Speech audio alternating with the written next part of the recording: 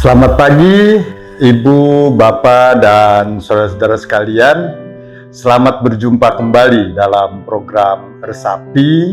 Kali ini bersama dengan saya, Pendeta Verly David. Ibu, Bapak, dan saudara-saudara sekalian, di pagi ini saya ingin mengajak kita untuk merenungkan salah satu tema yang menarik, yaitu tentang otoritas. Kita akan membahasnya dan melihat bagaimana kata Alkitab tentang otoritas ini. Ibu, Bapak, dan saudara-saudara sekalian, dalam kehidupan kita sehari-hari, kita banyak dipimpin oleh orang lain. Di rumah sebagai anak, waktu kecil, ada orang tua yang memimpin kehidupan kita. Ketika kita sekolah, ada guru yang punya otoritas untuk memimpin proses belajar mengajar. Kita juga belajar berorganisasi di sekolah. Ada ketua kelas yang kita angkat bersama, kita pilih untuk jadi pemimpin buat kita. Ketika kita bermain, kita juga kerap kali mencari orang yang bisa memimpin, memandu kita dalam melakukan aktivitas bermain kita.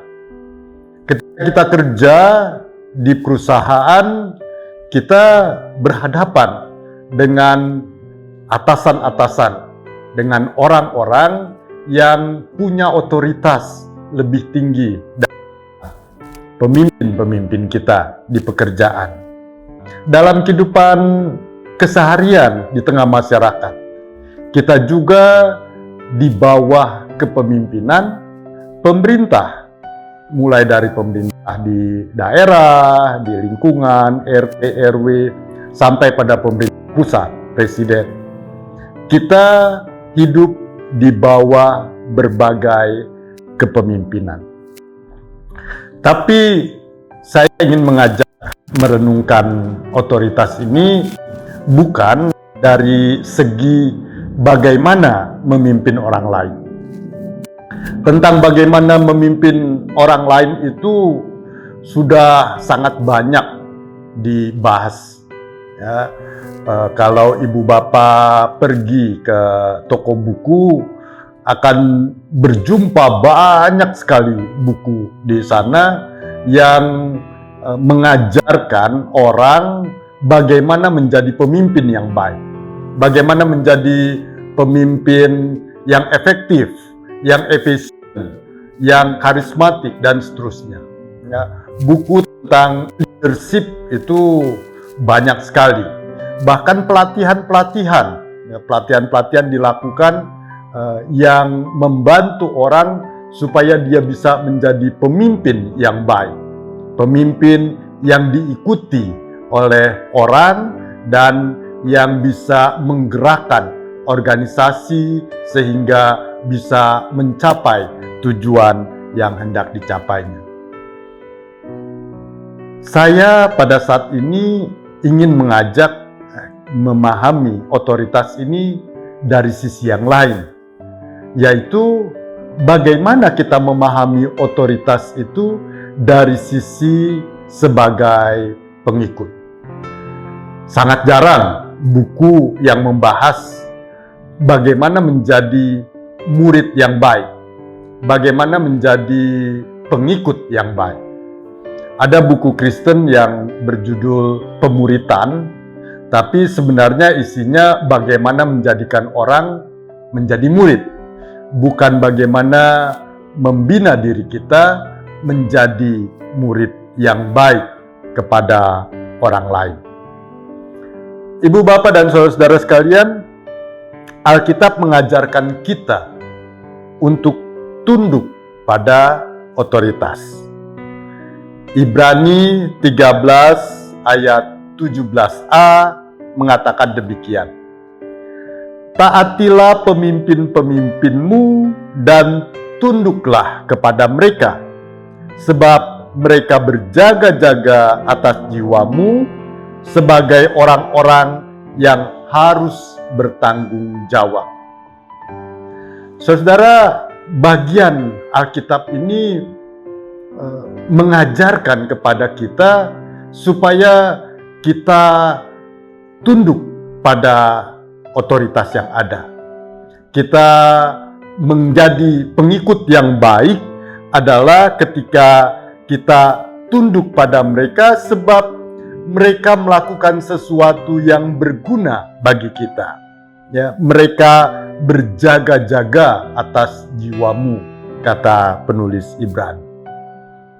Tunduk pada otoritas, tunduk pada pemimpin, paling tidak mencakup 3 hal.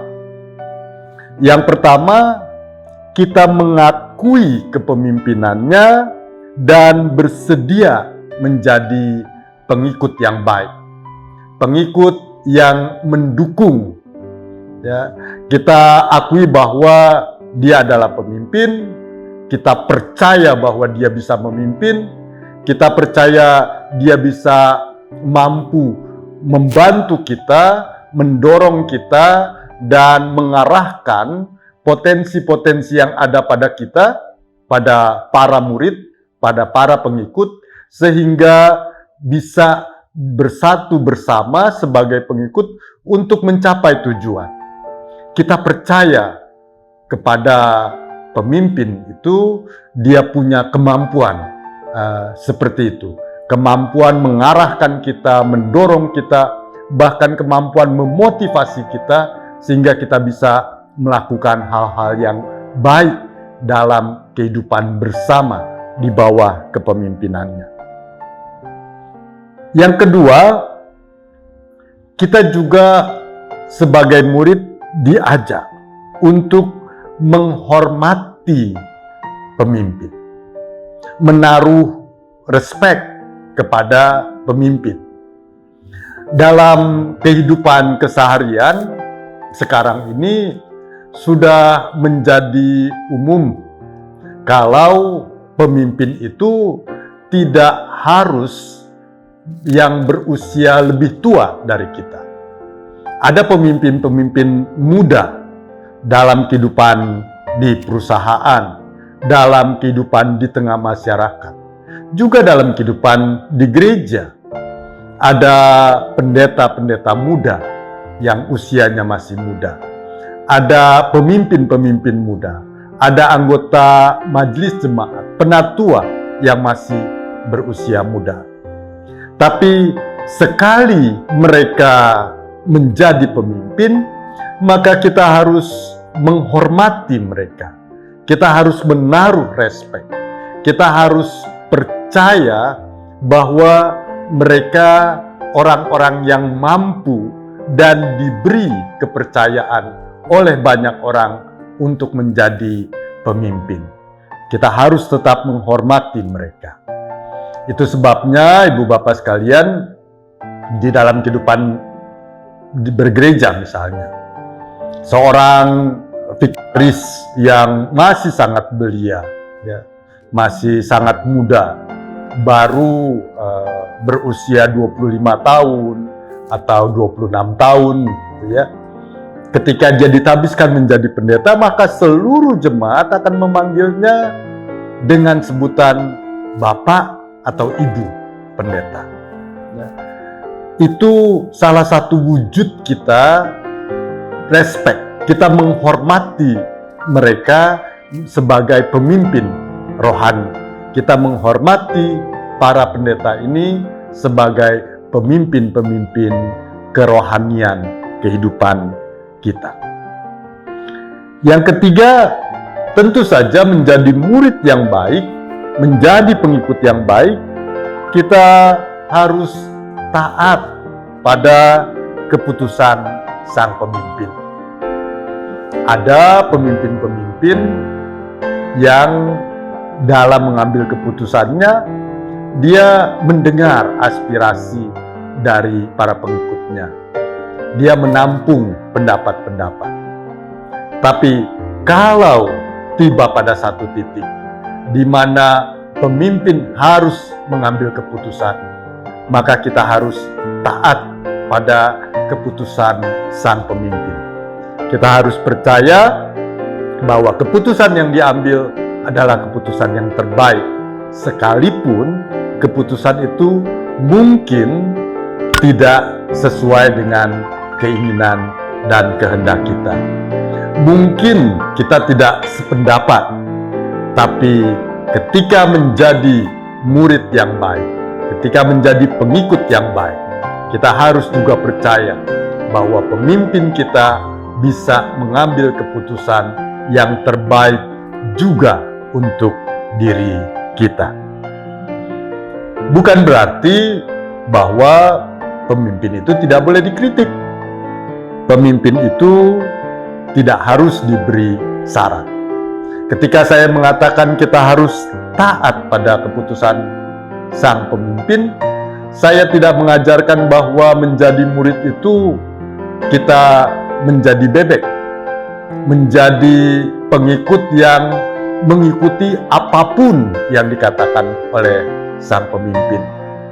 Tugas kita juga sebagai pengikut untuk memberi saran, untuk memberi masukan, untuk memberi kritik supaya keputusan yang diambil oleh pemimpin itu adalah keputusan yang terbaik. Tapi memberi saran, memberi kritik tentu harus dilakukan secara santun. Kita tidak mengkritik pemimpin di depan orang untuk mempermalukan dia misalnya. Tapi kita memberi masukan-masukan, kritik-kritik yang tajam secara personal, sehingga kewibawaannya sebagai pemimpin bisa tetap terjaga.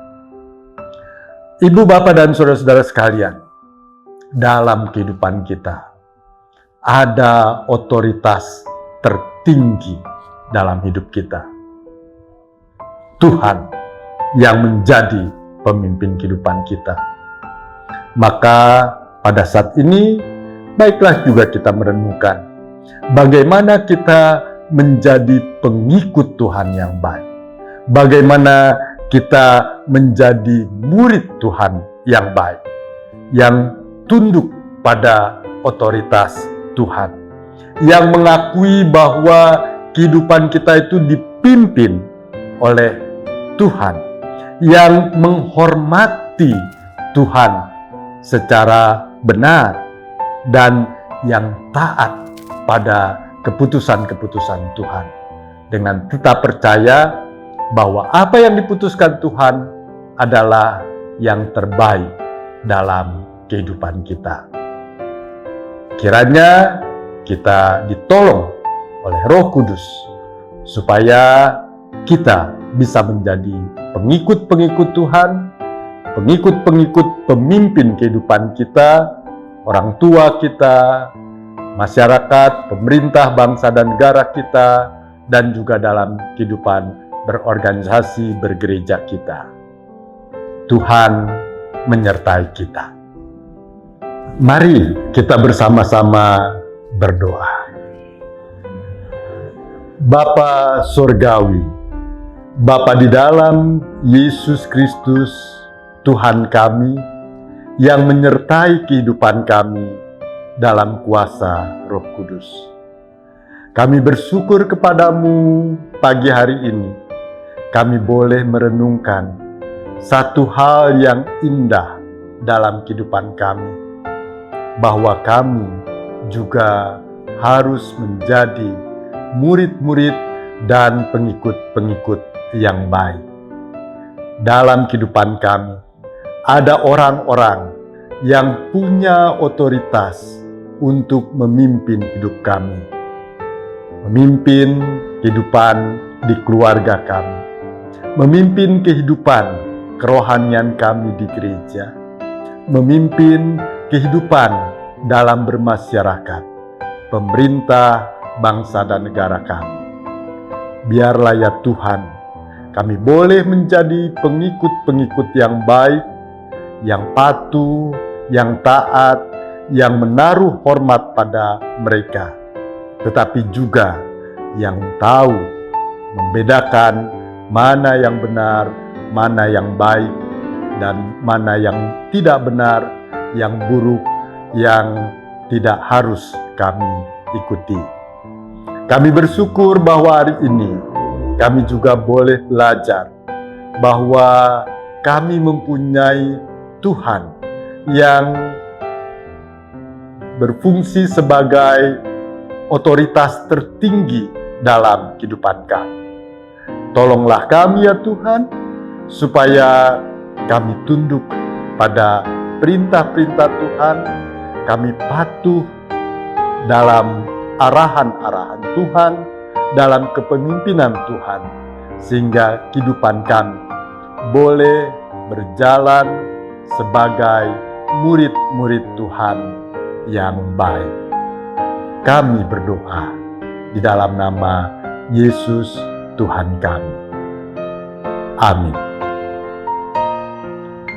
Selamat pagi, sampai berjumpa kembali dalam program Resapi berikutnya. Tuhan menyertai saudara-saudara.